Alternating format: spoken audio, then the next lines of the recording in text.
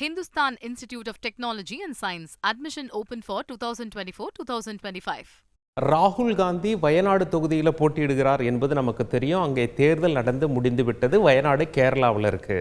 Latest செய்தி என்ன அப்படின்னா, உத்தரப்பிரதேசத்தில் ரேபரேலி தொகுதியில் ராகுல் காந்தி களம் இறங்குகிறார். வேட்புமனுவும் தாக்கல் செஞ்சிட்டார். அங்கே தேர்தல் மே 3வது வாரத்தில் நடைபெறவிருக்கிறது.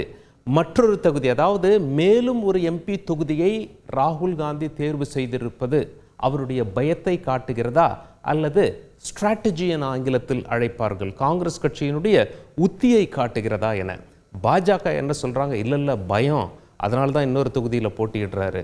காங்கிரஸ் என்ன சொல்றாங்க, கிடையாது, இது ஒரு உத்தி என்று சொல்கிறார்கள். சரி, முதல்ல நாம என்ன நடந்தது என்பதை பார்த்து விடுவோம். ரேபரேலியில் ராகுல் காந்தி போட்டியிடுவது ஏன் என்ற கேள்வி முன்வைக்கப்படுகிறது. அது சோனியா காந்தியினுடைய கோட்டையாக இருந்தது ரேபரேலி. சோனியா காந்தி அவர்கள் இம்முறை தேர்தலில் போட்டியிடவில்லை, மாறாக ராஜஸ்தான் மாநிலத்திலிருந்து மாநிலங்களவை எம்பியாக ஆகிவிட்டார். எனவே அந்த தொகுதி காங்கிரஸில் யார் நிற்பார்கள் என பேசப்பட்டது. பிரியங்கா காந்தி களத்தில் இறங்குவாரா என. பிரியங்கா காந்தி இந்த முறை தேர்தலில் போட்டியிடவில்லை, மாறாக ராகுல் காந்தி அந்த தொகுதியில் களத்தில் நிற்கிறார். அமேத்தி தொகுதியில் தானே ஏற்கனவே ராகுல் காந்தியின் கோட்டையாக இருந்தது. இப்பொழுது ஏன் அமேத்தியை விட்டுவிட்டு ரேபரேலியில் இறங்குகிறார் என்ற ஒரு கேள்வி முன்வைக்கப்படுகிறது. அமேத்தியை காட்டிலும் வெற்றி வாய்ப்பு ரேபரேலியில் அதிகம். ஏற்கனவே நடைபெற்ற தேர்தலில் ஸ்மிருதி இரானியை எதிர்த்து அமேத்தி தொகுதியில் ராகுல் காந்தி களம் கண்டார். என்னதான் அங்கே பலமுறை ஜெயிச்சிருந்தாலும் சென்ற முறை தேர்தலில் ராகுல் காந்தி தோல்வியடைந்தார். ஸ்மிருதி இரானி 55,000 வாக்குகள் வித்தியாசத்தில் வெற்றி பெற்றாங்க. ஆனால் ரேபரேலியில் சோனியா காந்தி 1,67,000 வாக்குகள் வித்தியாசத்தில் வெற்றி பெற்றாங்க. காங்கிரஸ் கோட்டை. அதனால் அமேத்தியை விட ரேபரேலி பாதுகாப்பான தொகுதி என்பதை புரிந்து கொள்ள வேண்டும். இரண்டாவது, சோனியாவின் அரசியல் வாரிசு ராகுலா பிரியங்காவா என்று ஒரு கேள்வி எழுகிறது. இந்த தேர்வின் மூலம் சோனியா காந்தியின் அரசியல் வாரிசு ராகுல் காந்தி தான் என்பதை காங்கிரஸ் தற்பொழுது உறுதியாக சொல்லிக் கொண்டிருக்கிறது என்பதையும் நம்மால் புரிந்து கொள்ள முடிகிறது. சரி, ஒரு அமைச்சரை எதிர்க்க வேண்டிய அவசியமில்லை. யார் அந்த அமைச்சர்? அமேத்தி தொகுதியில் ஸ்மிருதி இரானி ஏற்கனவே சவால் விட்டு கொண்டிருக்கிறார். ஏன் அமேத்திய தொகுதியை என்கிட்ட தோல்வி அடைந்துட்டு விட்டுட்டு நீங்கள் வயநாடு போனீங்க, வேண்டுமென்றால் மீண்டும் வந்து மோதி பாருங்க அப்படின்னு சொல்லி சவால் விட்டு கொண்டிருக்கிறார். காங்கிரஸ் கட்சியினர் என்ன சொல்றாங்க, இந்த நேரத்தில் போய் ஒரு அமைச்சர், அதாவது ராகுல் காந்தி கட்சியின் பிரதமர் வேட்பாளர் என்றே சொல்லலாம், ஆனால் அந்த பக்கத்தில் பார்த்தா அப்படி கிடையாது, அவங்க சாதாரண ஒரு அமைச்சர் தான், அவங்களுடைய சவாலுக்கு எதிர்க்காக பதிலளிக்க வேண்டும், அவர்களை எதிர்த்து ஏன் களத்தில் நிற்க வேண்டும் என்ற காரணத்தினால் அந்த தொகுதியை விட்டுவிட்டோம் அப்படிங்கிற மாதிரியும் சொல்றாங்க. அகிலேஷ் யாதவின் நிர்பந்தம். சமாஜ்வாதி கட்சியும் காங்கிரஸ் கட்சியும் கூட்டணியில் தேர்தலை சந்திக்கிறாங்க. உத்தரப்பிரதேசத்தில் அகிலேஷ் யாதவே களத்தில் குதித்து விட்டார். எம்பி தேர்தலில் போட்டியிடுகிறார். அவரே சொல்லிட்டார், நான் வந்துட்டு எல்லாம் வந்துடுவாங்க அப்படின்னு சொல்லி.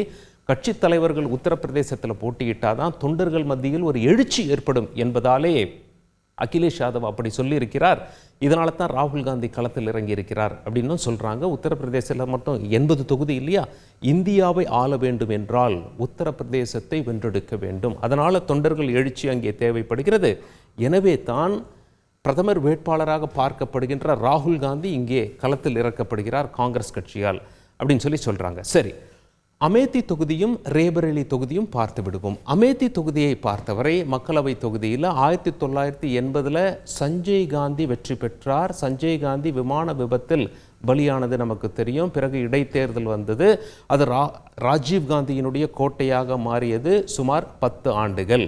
4 முறை அங்கிருந்து ராஜீவ் காந்தி எம்பியாக தேர்வு செய்யப்பட்டார். பிறகு 1991 ராஜீவ் காந்தியின் படுகொலைக்கு பின்பு அங்கே 1999 சோனியா காந்தி முதல் முறையாக போட்டியிட்டு எம்பியாக தேர்வு செய்யப்பட்டார். பிறகு அடுத்த ஆண்டே அங்கிருந்து ரேபரேலிக்கு மாறிக்கொண்டார்.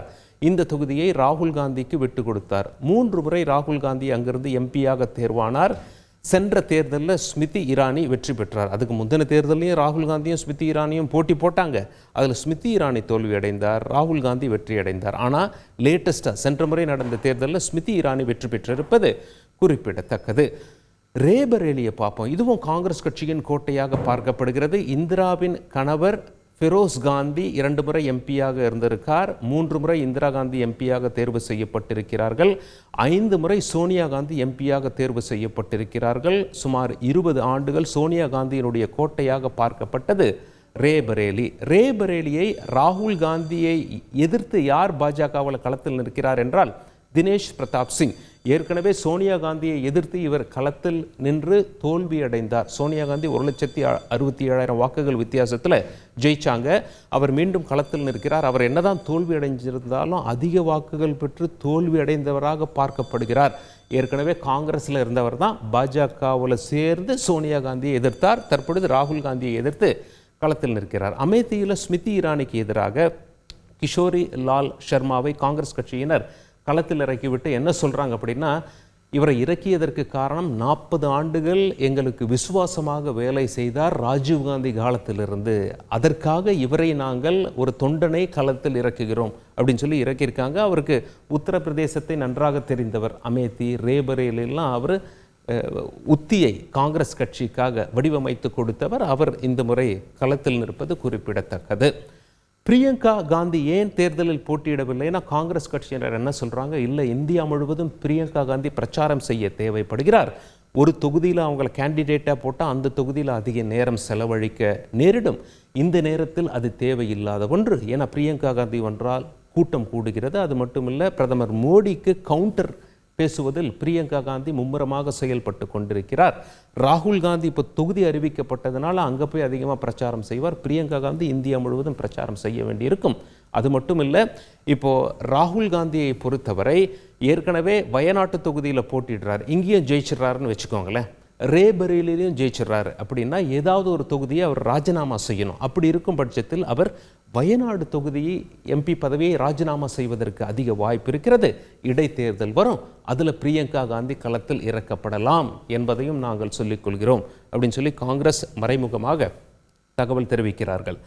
பாஜக என்ன சொல்கிறாங்க அப்படின்னா, வயநாடு மக்கள் ஏமாந்து விட்டார்கள். ஏன்னா வயநாட்டில் தேர்தல் நடக்கிற வரைக்கும் ராகுல் காந்தி வட இந்தியாவில் போட்டி போடுறதா சொல்லவே இல்லை. உத்தரப்பிரதேசத்தில் அந்த மக்கள் இங்கே மட்டும்தான் இவர் போட்டியிடுகிறார் என்று நம்பி நிறைய பேர் வாக்களிச்சிருப்பாங்க.